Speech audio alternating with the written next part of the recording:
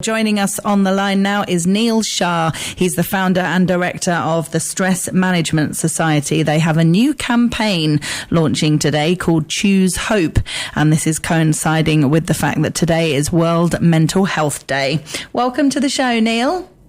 Oh, thank you so much for having me. It's always such a pleasure to catch up. It always is for me too. Really nice to chat with you. And it's an important day for us to be speaking, of course. No, absolutely. And, World Mental Health Day is an important opportunity to talk about a subject that still in 2022 has such a huge amount of guilt, shame and stigma associated with it. We're still not yet at the point where we're comfortable openly talking about and opening up about our mental health. And I think it's really important that not just on World Mental Health Day, but in general, we get more comfortable having sometimes what are uncomfortable conversations so we can get to people long before they start to find that their mental health is descending to mental illness or worse. Yeah, I was looking at some of the statistics on your website and in the press release, and the figures are really quite shocking. Mental health affects far more people than maybe people realise. Yeah, when you actually start to look at the statistics in the cold light of day, it's quite scary, particularly given that we don't have an ongoing mainstream narrative about it. To give kind of context to this, 14.3% of people that die on the planet, I'm talking about the natural churn of human life, 14.3% of those are as a result of their mental health. We're talking about more than 1 million people every year. Now, to give some kind of understanding what that number means, when you turn on the news, you hear about war, for example. 50,000 people on average die of all the wars on the planet put together. Add into account all human violence, that goes up to about 400,000 people. But when it comes to mental health, we're topping more than 1 million people. And you add other statistics to it. The main cause of death for a man under the age of 45 in weird countries. When I say weird, I'm not being mean towards a country. It's an acronym that stands for Western Educated, Industrialized, Rich, Democratic Countries. I'm glad you explained. So most of our listeners today will be living in a weird country. So essentially, the main cause of death for a man in such westernized countries is sadly suicide, rapidly becoming the same from 15 to 29-year-old. In the US, for example, there are 4 times as many US military personnel that die as a result of their mental health because they take their own life than of active combat. People that put their lives on the living are 4 times more likely to die as a result of their own hand. Japan in 2020, in October, the month of October, more people took their life than died from COVID the whole year. Now, what I find fascinating is even though it is robbing us of far too many lives, far too many young lives every single day, we don't have round-the-clock counters of cases of mental health and of mental illness on the news. We don't hear about it unless it's someone high-profile. That needs to change. And for me, it's more than just my job. I've been, as you know, we've been speaking for a while now. I set up the Stress Management Society 20 years ago with a vision of creating a happier, healthier, more resilient world off the back of a first-hand experience. It's not just my professional role. I know what it's like. I started this off the back of a breakdown and an attempted suicide. And, I spent the years, doing as much as I can with my incredible team to be able to reach people, to educate and empower and inspire people to be able to make positive changes. And, it's saddening for me that in 2022, we seem to be further away from our initial goal than we were when we started life in 2003. It seems to be getting worse, not better. And where it became very personal for me, 6 months ago, I lost my best friend due to his mental health.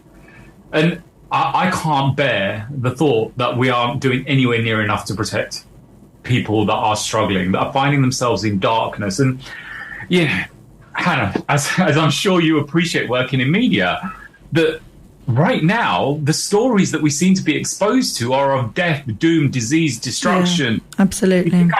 You pick up a newspaper or a magazine, you turn on the TV, you watch the news, scroll through social media, and there's constant reminders of how bad the world is. Yeah. But you and I and everyone listening knows that there's more to the picture than that. There is daily examples of incredible human beings doing wonderful things, examples of love, compassion, empathy, people that genuinely care and want to make the world a better place. We don't hear those stories. And if you are constantly exposed to negative stories and stories of destruction, doom and disaster, it starts to program your belief systems. And sadly, people that are finding themselves in a dark spot because we find ourselves living in a challenging world, sadly, there are some people that lose the ability to see light at the end of the tunnel. Why we launched Choose Hope is I lost my best friend to the darkness. I don't want to stand by while anybody else gets lost in the darkness. By sharing a counter narrative of hope, of positivity, of human potential, and we've all got examples of that, we're just not so good at sharing them. And by flooding our platforms, social media platforms, etc., with stories that might be that spark of light that someone needs in a challenging moment or in a challenging day, to help them to kind of reframe what they're experiencing, to be able to see, well, actually, maybe I can get to the end of this. Maybe I can get to the light at the end of the tunnel. Maybe I can even at least see the light at the end of the tunnel. And to be able to offer stories that challenge the popular narrative, which sadly seems to instigate fear, stress, and darkness. I wonder how it's kind of the issue of mental health, people suffering with their mental health, how it's kind of defined, and to be honest, whether it really matters how you define it. I mean, when I think about people suffering with depression compared to people feeling a bit depressed, I wonder, I think in reality, all of us, every single person on this planet has a bad day and goes through tough times, experiences loss, bereavement, money issues, health problems, all these kind of things, and we all cope with those things differently, some better than others, some get through these things quicker than others. How do we know whether we're just, feeling low, coping with the things that are thrown at us in life, or whether we're actually suffering from a mental illness? So there's so many things I want to say to your question, and I want to answer it in a couple of different pieces, if I may. Firstly, I just want to bring attention to the universal law of impermanence. Now, this is a law in physics. This is not hippie or woo-woo. The law of physics states that everything in this universe, including the very universe itself, is temporary. Everything will cease to exist eventually. The sun, our planet, the moon, the solar system, the galaxy, the universe itself, you and I, everything eventually will cease to exist and something else will come to replace it. If we know that nothing in this universe is permanent, including ourselves, whatever you're experiencing right now, you could be having the most challenging, tragic moment of your life. It will end and a better one will follow. You could be having the most incredible, wonderful, beautiful, amazing day of your life. Sorry to burst your bubble. It will end and a more challenging one will follow. What tends to happen is people find themselves in a challenging moment and they keep that moment alive by focusing on what's going on rather than this is a moment in time. And if you keep focused on the things that are going wrong and you keep that alive, you find yourself stuck in these thought loops. So that's where a challenging experience like the loss of a loved one or some of the various different experiences we've had over the last couple of years can then start to have a longer term effect. Now, I'm not sitting here for a second saying that, we should be smiling and happy when challenges happen. No, of course, you feel the emotions, allow them to be expressed. And, you and I both know, having lost someone close to us, and, obviously I appreciate that you've had a sort of similar experience. I'm not for a second suggesting you shouldn't feel the feels when you're having that moment. Yeah. But don't allow it to become permanent by allowing yourself to get stuck there. If you allow yourself to feel it, the emotion does what it's supposed to do, and you'll find a way to be able to step beyond that. But when people try and stop it and suppress it and push it down, it keeps coming back and it keeps resurfacing, and you're never truly able to work through it. And this is really what I feel has happened because we've had a couple of years where it's thing after thing. You just get your head around one thing and then COVID's over and then World War III starts and then it's cost of living crisis and there's this and there's that. And it's like, who knows what's going to happen next? And that's where I feel it's got really challenging. It's not like we've had to deal with one thing. It just feels like it's relentless, never ending. And I think rather than kind of waiting for the news channels to give us some good news or the people in positions of authority to change things, I think it's time we take responsibility back of our well-being. We start looking at how we build that sense of community where we're looking out for each other, where we're kind of making those connections, showing love, compassion, empathy, because these are the cultural vaccines that we need for this mental health pandemic. And I don't say that lightly. because there is a direct correlation between the degradation of community and the increase in mental health issues and suicidality. If you look at countries around the world or regions around the world, like the blue zone regions, who have a strong sense of community, mental issues are next to non-existent. Why? Because they function as a unit. There is social cohesion. They rely on each other.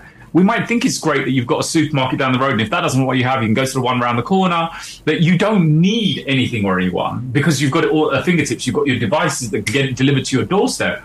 But actually, as human beings, we need connection with other human beings. And as we lose that, people are struggling more and more. And I think this is, again, tied into this whole kind of Choose Hope campaign, because hope sounds like a bit of a woolly pink and fluffy.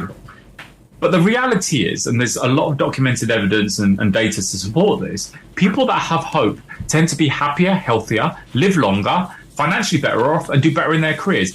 Why do you think that might be? Yeah, there's a science behind hope, isn't there? Of course. Yeah. Why do you think people that have hope tend to do better in their lives, be happier, healthier, live longer, have better relationships, and do better in their careers? Because they're looking towards the future. They're kind of thinking about the fact that, well, as you say, that there is light at the end of the tunnel. There are things that can happen. They're being more positive. It's a positive feeling, isn't it? Absolutely, but it's more than just a feeling. It's an act of doing. Why?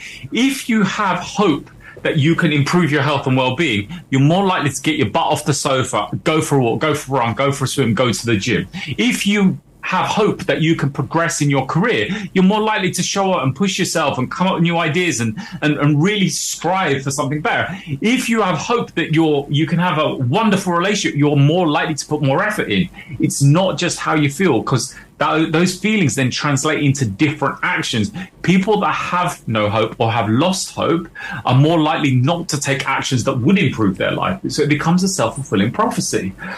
And this is when we started to really look into the science of hope. It became more than just a bit of a fluffy notion, but this is something very practical. Because as we step into hope, we can make things better. My concern is, particularly over the last couple of years, there are a lot of people out there that are losing hope that things can get better in this world. The moment we start believing that, it becomes a self-fulfilling prophecy. I'm not about to stand idly by while we sink into something worse than what we've got right now. And it's not like we're starting from a good place. This whole Choose Hope campaign is so we can start sparking that light, so we all start to believe things can get better, and then we start taking action towards that, not waiting for someone else to fix this problem. Because sadly, the people that are supposed to make these decisions are not really serving us right now. So it's time we take back the power of creating the world that we all want to live in. Yeah, and turn off the news. Absolutely. The best thing you can do, turn off the news. If you want to listen to something, listen to Hannah on TRE, but other than that, turn the news on. Oh, it's true, though. I mean, it's for years. I mean, people are kind of conditioned to watch the news and listen to the news and rely on the news for information as to what's going on in the world. You know, that's what news is supposed to be. And I know lots of people who religiously watch the news at certain times of the day, more than once a day, a lot of people, morning, middle of the day and evening. And you have a conversation with them, and a lot of what they say is, oh, did you see that this is happening? And, oh, I noticed that this is happening. And, you know, their whole being is, oh, God, oh, no. And, you know, just kind of down and worried about so many things, either in their own country and things that could easily affect them, like the cost of living crisis, or things that are happening in other countries, which isn't necessarily affecting them, but they're still worried about it because the news is telling them to be worried about it, you know. And you speak to someone else who doesn't watch the news and they're not talking about the same things. They're not worried about things, and their outlook on life is completely different. And, you know, it's interesting because stress and fear isn't just something you feel. It literally affects the way your body functions. It affects your digestion. You know, that's why people often feel their tummies upset when they're stressed. It affects your libido. It affects your immune system. People that are stressed, and everybody listening at some level will know and understand, when you're stressed, you are much more susceptible to illness. You're more likely to catch a cold and a flu, particularly as we descend into winter. You know, one of the best things you can do for your immune system is manage your mental and emotional health, because your immune system literally functions better when you aren't in a state of fear. You're not in survival mode. your higher brain function tends to improve because you've got more oxygenated blood in your brain. So you can think of better solutions. You can think of ways to be able to address some of the challenges or difficulties that you're facing. So, you know, actually you're setting your body up to equip itself to do what's necessary to maximize your life experience when you aren't constantly living in a state of stress. Obviously, if you're being chased around the park by a rabid dog, stress is probably going to be a useful response, but we're not designed to live in that state. And that's why we've got to this point, is there are so many people that are living in a state of fear, panic and stress, and they get overwhelmed with it, and they can't see the light at the end of the tunnel, and they're constantly being reminded of how bad things are, and that's why they get lost into the darkness. And, you know, this is really, as I said, like, we all have a responsibility. Anyone listening today, I implore you, pick up the flag of Choose Hope. There is no gain from our perspective other than we start to put out stories that make the world a slightly better place. Just literally just put out these stories, use the hashtag Choose Hope, loads of free resources on choosehope.org.uk as well. And it's just, as I said, you don't know how your story could impact someone's day, how that could literally spark a light in their darkness. And you know, I'm sure at some point lots of people have been on YouTube and they've seen that little YouTube video of the dog pulling the deer out of the frozen lake or something crazy like that, and it fills you up with that warm feeling, right? It gives you a bit of hope that the world isn't as bad as you think, and you don't need to rely on cat and dog rescue videos or things like that off YouTube. We've all got a story. And as you start looking for stories, you'll find more of them. We have kind of our brains, there's a part of our brain called the reticular activating system. And if, for example, you wake up in the morning, you say to yourself, I'm having a bad day, that part of your brain, as you go through the course of the day, will look for reasons why you are having a bad day. Because, you know, it's looking to justify your initial judgment. Equally, if you say to yourself, you're having a good day, you'll find reasons to have a good day. This is really why it's so important that we are looking for reasons to have hope. Because if you look for them, you will find them. If you look for reasons for doom, despair, and devastation, you will also find them. You literally create the world you live in by what you seek and what you believe. If you want to change things, the first thing you need to do is conceive it, believe it, and that's when we will achieve it. Yeah, it's so true. I mean, it sounds quite simple, and people might think, if they haven't lived their lives that way, oh, come on, you know, as if it's that simple. But it really is. And, you know, if people do, you know, experiment with it, see what it's like when you wake up in the morning and say, I'm having a bad day, and realize how bad your day probably will be, and then do the opposite the next day. I'm having a good day, and realize how different it is. It's so much of things are a mindset. Oh, absolutely. Because the other thing is, we tend to separate mindset with our physicality, but the two are connected. Things that affect your mind affect your body. Things that affect your body affect your mind. And it's interesting, for far too long, we've looked at these two as separate elements. They are not. Your body will literally follow the programming, the story that you have created. And most of us, everything we believe about ourselves is a story. And, you know, I don't say this disrespectfully, but most of what you believe about Hannah is a story based on your childhood, your upbringing, your parents, relationships, your career, school, friend circles, community, etc., etc. And we develop these stories as a result of experiences we've had. And after a while, you've lived those stories for so long, you start to believe them. Now, some of those stories serve us and some of us don't. And so what I'm asking to consider is, what is the truth of who you are? What do you really believe? And start to drop that programming, because that's often where the fear, stress and anxiety comes in, is because we're trying to shape the world based on our stories rather than our authentic selves. And then you end up in a state of incongruence where we've got actions and our stories. Let's say my story is I'm a fit, healthy person. But my actions are, every evening I sit on the couch, eat a pizza, drink 6 cans of lager, and watch Netflix, right? There's an imbalance, there's an incongruence, right? Something's not true here. So I've got a choice. Either I change the story to match the actions, or I change the actions to match the story.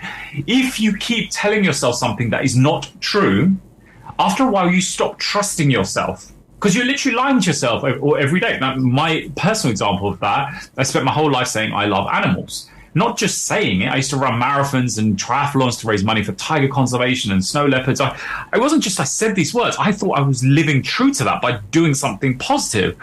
But the incongruence was, every single day, twice a day, I would eat and consume animal products. Now, I'm not saying this to in any way, shape or form influence people's choices. Forget the content. I'm asking you to consider the context. I'm not in any way suggesting people should change their dietary habits based on what I'm suggesting. This is just my story. When I had to face that, and I had an experience where I had to really look closely at my relationship with myself, I found I was lying to myself because I had words, but my actions didn't marry with that. I was very selective about the animals I cared about. It wasn't a blanket statement. So I had two choices: either change the statement and stop saying I love animals, or I only love particular kind of animals, or I changed my actions to match the words. In that moment, I knew it was very clear for me that my step was I was going to live true to that. I wasn't about to change my words, so I changed my actions and I went vegan. Now I'm living in truth, if that makes sense. My stories and actions are lying. Now, what I'm asking you all to consider is there any areas of your life where you have a story, but your actions don't marry up to that? Where, you know, I love my family, but I don't spend any time with them. When I am, I'm grumpy and moody and I shout and scream at them. Or is it, you know, like I'm a healthy person, but I don't actually live true to that? So these are the things I'm asking everyone to consider. And where there is an incongruence, I'm not in any way, shape or form telling you to change your actions. You could just simply change the words. And if your story is, I'm a fit, healthy person, but you don't live true to that, and you're not willing to change your actions, then just stop saying you're a fit, healthy person. Now you're in truth, right? Yeah. I'd like to be a fit, healthy person. Change it to that. Yes. Well, again, you know, I will try to be a fit, healthy person. These things, what they do is they're what I would describe as woolly statements. So this is where it's being in truth. It's like make a commitment to who I am and what I'm willing to live true to. Because when you give yourself a get out clause, like, Hannah, you invite me to a party, and I'm like, oh yeah, I'll try and come to your party. I'm kind of already giving myself a get out clause. Yeah. So particularly with your dialogue with yourself, make strong commitments, and that's where you know the belief system translates to actions. Again, this is what we were talking about with hope. When I actually genuinely believe things can get better, and I have hope that things can get better, I'm more likely to take action. Whereas if I'm kind of half committed and I think oh, it might, but it might not, I'm not really going to take the action because I'm not really fully trusting that things can actually get better. Yeah. Oh, definitely. You talk so much sense, Neil. I could listen to you for hours. Always a pleasure. Oh, it's lovely to have you with us, and well done on this campaign. It's a fantastic thing, and the importance of reaching out is very important. I know you've had personal experience. I've also had personal experience of feeling better just through talking to someone about it, even if it's just a kind of 5-minute conversation.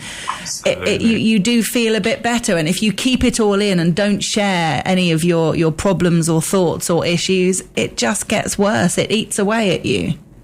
Absolutely. And this is where it said, like, we want to open up a dialogue. And it said, like, you know, when you're offering your stories, use the hashtag choose hope, so people kind of are able to find those stories. We've got tons of resources for World Mental Health Day on our website, which is www.stress.org.uk. And there's a specific microsite for the Choose Hope campaign, which is choosehope.org.uk.